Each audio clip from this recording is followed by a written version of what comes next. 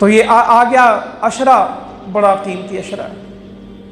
اما جی عائشہ کہتی رضی اللہ عنہا، سارے رمضان میں عبادت کرتے تھے، پورے رمضان میں محنت کرتے تھے، مگر جب آخری عشرہ آ جاتا تو پھر اپنی کمر کس لیتے تھے، کمر بستہ ہو جاتے تھے، اپنی چادر کو کس لیتے تھے، اپنے آپ کو اور عبادت کے لیے تیار کرتے، خود بھی عبادت کرتے اور اپنے گھر والوں کو بھی عبادت کے لیے کرواتے، خود بھی جاگتے، اپنے گھر والوں کو جگاتے، اور ہم نے بھی جاگنا ہے، اپنے گھر والوں کو جگانا ہے۔ باتوں کے لیے بہت جاگتے ہیں، موبائل دیکھنے کے لیے بہت جاگتے ہیں، دنیا کی باتیں، سیاست کی باتیں، کاروبار کی باتیں، تجارت کی باتیں، ان کے لیے بہت جاگتے ہیں۔ ان راتوں میں کسی سے بات نہیں کرنی، اپنے اللہ سے بات کرنی، اس میں کسی سے گفتگو نہیں کرنی، اللہ سے گفتگو کرنی۔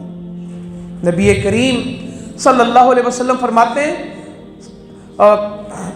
انس بن مالک روایت کرتے ہیں کہ تم پہ ایک مہینہ سایہ فگن ہونے والا ہے، تم پہ ایک مہینہ آ رہا ہے جس کی ایک رات فضیلت کے اعتبار سے 1000 مہینوں سے افضل ہے، 1000 مہینوں سے افضل ہے۔ اور جو اس میں سعادت حاصل کرنے سے محروم رہ گیا، وہ ہر نیکی سے محروم رہ گیا۔ جسے لیلۃ القدر کی محرومی مل گئی، اس کی عبادت نہ ملی، وہ ساری نیکیوں سے محروم رہ گیا۔ آگے کیا کہا؟ کوئی بدنصیب ہی ہوگا، کوئی بدبخت ہی ہوگا جو لیلۃ القدر کی خیر سے محروم ہو جائے، کوئی بدبخت ہی ہوگا۔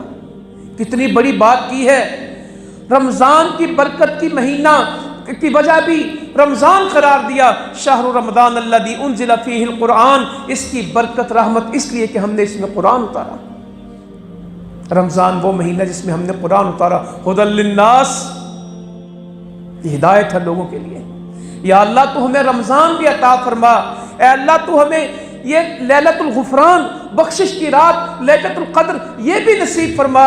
یا اللہ تو ہمیں، ہماری اولادوں کو، ہمارے گھروں کو، مسلمانوں کو قرآن عطا فرما دے، قرآن کی محبت دے دے، اے اللہ قرآن کا شوق عطا فرما دے، قرآن کو ہمارے دلوں کا نور بنا دے، اے اللہ قرآن کو ہماری زندگی کا حصہ بنا دے۔ کہ جو اس سے محروم رہ گیا، کچھ بھی نہیں اس کو ملا، کوئی بد نصیب ہوگا جو اس سے محروم ہوگا۔